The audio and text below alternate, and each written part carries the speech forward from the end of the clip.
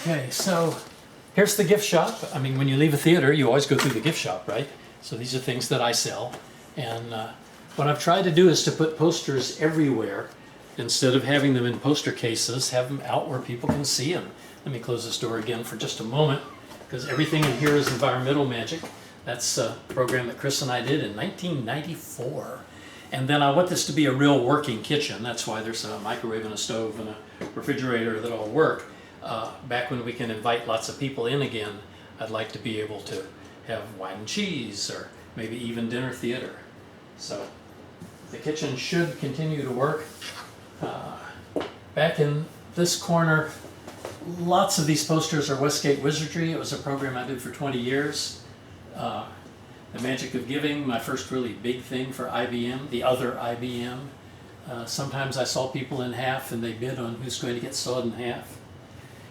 Everything in this corner is playing cards. Everything in this corner is magic wands. And then if you look up here, a Festival of Magic, that was the Richmond, Virginia Magic Club, and it was the one-time only Simsalabim show. And the reason the show was one time only is because it took so many people. There were 6 of us to put on this show. There's Sim, Sala, and Bimbo, and of course the magician, and then 2 guys backstage and doing the technical stuff. And we were the closing act in a big magic club show. Really cool. I was very proud of that show. I think I have it on 8mm tape, 8mm film somewhere. And then that's one of my favorite posters up there. The hard part was actually putting a ladder on top of a table and putting it up there, which I had to do when Margot wasn't around because she would have been really upset. Flowers, these normally are all the way down, but all the other flowers are in our show tonight. So they're on the stage ready to be used. But this whole row is typically full of flowers.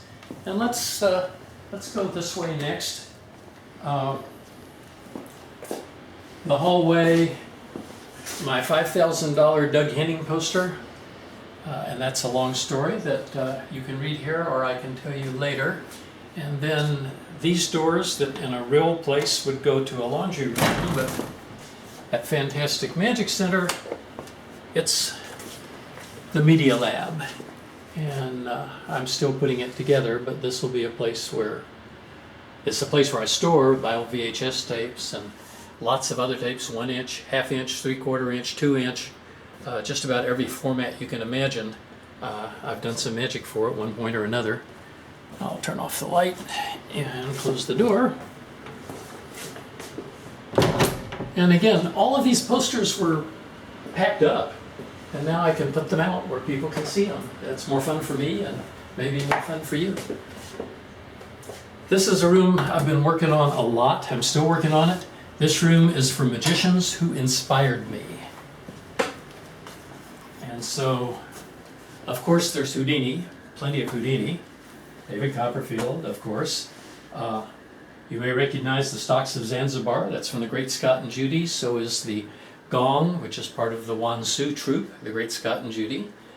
And then up on the top, you'll see their nest of boxes that they used for borrowed ring and ball of wool, I think was the right term. I use it as a closing for the watch bag trick sometimes. So everything is performable and everything has been performed. It's not here as a collectible, it's here to be performed. My favorite opening act, Mike the Magician. Sadly, we had a broken wand ceremony for Mike. He's not with us anymore. Perhaps better known as Squeaky the Clown, but one of my best friends in magic. And then John Calvert is here because I wouldn't be still performing if it weren't for John Calvert. I was doing my When I'm 64 tour, and I'm 77 now, so that was a long time ago, but I was going to quit performing and just teach and curate my collection. And John Calvert came to town and did a show that I think was better than mine, and he was 30 years older. I was 64, he was 94. And I decided, oh, you don't have to stop performing just because you get older. And speaking of broken wands, my good friend Ramon Galindo, this is a case that he had, a bunch of Ramon stuff. Of course, there's Ray Anderson because he performs as Ray Ray the Rabbit in my show. Now, I have heard he sometimes does shows on his own, and that may be true, but when he said my show, he's Ray Ray the Rabbit. And if you came to the 70-year celebration show and saw the rabbit, most of you didn't realize it was Ray. And Blackstone, of course. Blackstone Sr. was the first magician I ever saw perform. Blackstone Jr. and I became friends. And the autographed picture of Blackstone up above the door, well, it's autographed by Blackstone Jr. I never actually met Blackstone Sr. other than to go up on stage and put my hand on the birdcage. And I'm disappointed that I didn't get a chance just to sit down and talk to him someday. But I had plenty of opportunities with Blackstone Jr. And I'm still putting stuff together in here, but magicians who have inspired me. And then I call this the Cummings Room because that's where I spend almost my most time.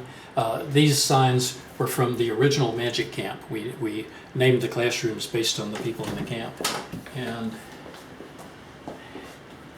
yes, that is an important room, but it's important for more reasons than that. If you look at the wallpaper on the right, that's the same wallpaper that was in the Magic Castle bathroom when the first time I went to the Magic Castle. And it was Bobby and Valerie Cordell that were able to get some of that for me. And how it wound up on this wall is a long story that I'll tell you when you come to see me in person. The Apothecary Chest over here it was an antique when I picked it up in Korea. Korea is also when I got my wonderful daughter Carolyn. She just turned 48. Therefore, I've had this for almost half a century, and it was probably half a century old before I got it. And in each one of these little drawers is intended to be some medicine. But of course, for mine, it's little miniature magic books, or whatever's in there, paddles, or magic coins, or whatever. I did a thing on Facebook where I asked people to guess what was in there, and of course they guessed playing cards, but I didn't put playing cards in there. I've got thimbles, coins. So, fun stuff. This may be my favorite room. I think every room is my favorite room for a different reason. Read and magic will happen. That was the celebrity library poster for the Austin Public Libraries in, was it 2015? Quite a few years ago already. And this was a cute little 10-year-old who turned sweet 16 just this year.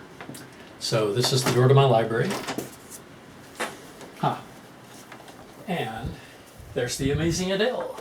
Hello. What you reading, Adele? Sherlock Holmes. Ooh, among my favorite. I've read that particular book cover to cover at least once, but I hadn't read all the Sherlock Holmes stories before I got that book. And you see some stuff around. This is usually where I do my Zoom meetings, if I'm by myself. And so Chris helped me set up so all of that stuff comes out where there's library in the background, and it's just a good place to do Zoom meetings. But when Chris is around, like he is today, we like to do our Zoom meetings from the theater. That's just kind of more fun.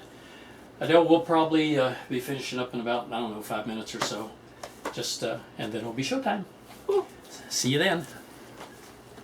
And across the hall is Mom's room. You can see the sign on the door. That's Mom as a clown at Magic Camp. And so in this room, Mom is a puppeteer. So these are all puppets. She was a clown, so this is all clown stuff, circus stuff, also Harry Potter stuff, magic sets. And all of these were just in boxes, in closets. So the nice thing about the Magic Center is I can actually put this stuff out where people can see it, where I can see it, where I can remember where I got it, where I can enjoy it, and where other people can come and enjoy it too.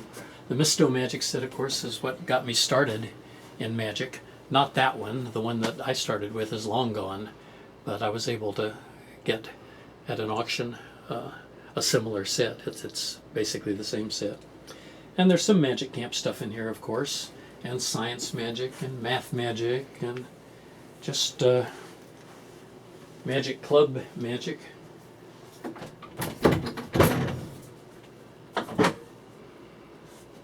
I said the nice thing about the Magic Center is things actually are out where people can see them. But that doesn't mean there aren't still boxes. I told you there were like at least 80 of these empty boxes up in the attic. And there's still a few that haven't been emptied yet. But Magic Auction stuff, Magic Club stuff, National Magic stuff, some Magic Camp stuff. I ran Magic Camp for 18 years. When your kids turn 18, you gotta let them go. Magic Camp continues, but there are a few things that I saved that they don't have that I still have. And then there's some paintings. This painting of rabbits was done by my mom, Mary Lou Cummins. This clown was done by my sister, Judy Cummins. Judy also did a rabbit, which I thought was really cute. It will go up there as soon as I get around to doing that. And these circus paintings, it'd be a triptych if there were 3 of them, but there are 4 of them, so it's a quadruple tick or something, I don't know. But it's a Circus Parade, and my mom did that. And that's one of my favorites, paintings that anybody has ever done. And it will go up above the door, again, when I take the time to do that, which will be soon. So, this is Mom's room. And you've been to the library. So the next thing is the Adequate room. Peter the Adequate was with me when we started Magic Camp, so one of the classrooms had his name. But this one is actually my costume closet. Ray Ray the Rabbit lives up here. Not the guy inside the costume, but the costume's here. Chinese Dress Change Illusion is down there. Oh, I'm going to need this. My cape and top hat are already in the theater, but I'm going to need my coat. And I should mention, this side is all my costumes, this side is all costumes for assistants, people who help me on stage.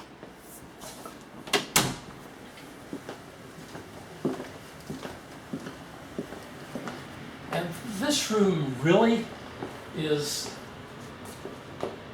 for my memorabilia, the memories that I have. I just had this shadow box made. I left the lights off on purpose so that you could see the effect of it.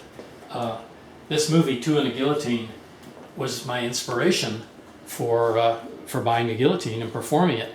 And the guillotine has been one of my most favorite performance things for decades now. Well, I got my first guillotine, and this movie came out before I got married. And I got married 55 years ago. So I've been doing guillotines for a long time. The first one was a UF Grant, painted red. Right now I'm using a Delbin guillotine, and that's the one I actually perform with. And when I was with the carnival, I had a really large guillotine. It was like Abbott's giant guillotine. Let me turn on some lights now. You can see a little bit better.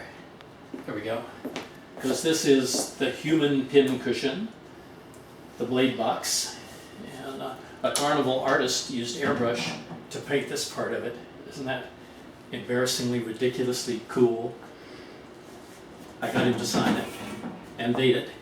1986 is when we toured with the Mighty Thomas Show's Carnival. And these intricate blade handles were done by him as well, using airbrush. Bobby Cordell actually made the illusion for me. A lot of my collection I owe to Bobby. And this is, every magician needs a trophy case, I guess. This is the first thing I ever won at my first magic convention. It's a little tip-over box. Here's the newspaper. Kent Cummins wins prize at convention, but it was in the dealer's drawing. I won it, but I won it by drawing my name. But this is the first trophy I ever won. This was the 1960 TAOM Junior Magician's Trophy. And then this one in 1961 was at the Southeastern Association of Magicians Convention in Birmingham, where I was performing because I had won this. And so this is the smallest and first trophy. This is the largest and second trophy. This is a Magic Camp Recognition Trophy, some Magic Club trophies. You may wonder why I don't have any certificates here. Well, everything on the shelf is certificates. when you've been doing stuff for 70 years, you wind up with a lot of certificates. Now, I'll admit some of them are for my first piano lessons and for library reading club and that sort of thing, but still. And most of these boxes are things that I've been going through, photos, and that sort of thing. The big banner, I didn't think I was going to have a place where I could display it, but it happens to fit perfectly there. And the picture that you can't quite see is a top hat, and it was Chris who helped me figure out that if I put this real top hat here, it would look pretty nice, which I like. And this, of course, is the giant top hat illusion, which my brother Carter made. Carter made a lot of my illusions. But this is half of it. The other half was down the hall. You probably saw it as we went down the hall. And since we're doing this tour backwards, this is how we would normally come in. This is my favorite magic poster, 1967 in Germany. And it's me, my wife Margot, and my secretary, Tony. And these other posters around here were before I got an agent and before we got the really fancy posters. And the funny thing about the poster people today, what did I just drop? Oh, I don't know what that is. The funny thing about that is that these people don't realize what it took to print photos. This is a steel engraving, okay? And you have to have a separate engraving for every photo. And that's just the way it was back then. And I actually had two of these posters. The other one had Margot's picture on it. It just said surprises. And that's for when my secretary wouldn't be available to be in the show. So I could still use the poster. So that's why there were two of them. And then this is from the American Museum of Magic. The reason I have their poster here is because my poster is on display there, which was pretty cool. And then this is where Felonius the Fool lives. One of my Renaissance character. And I keep my Renaissance character in the closet. So that's a ridiculously quick tour. Oh, we might stop here. I just put these up. Ride the Wild Surf was a teen exploitation movie in 1964, and the theater manager came to me and said, how are we going to promote this and get people in? And the answer was, here's the advertising.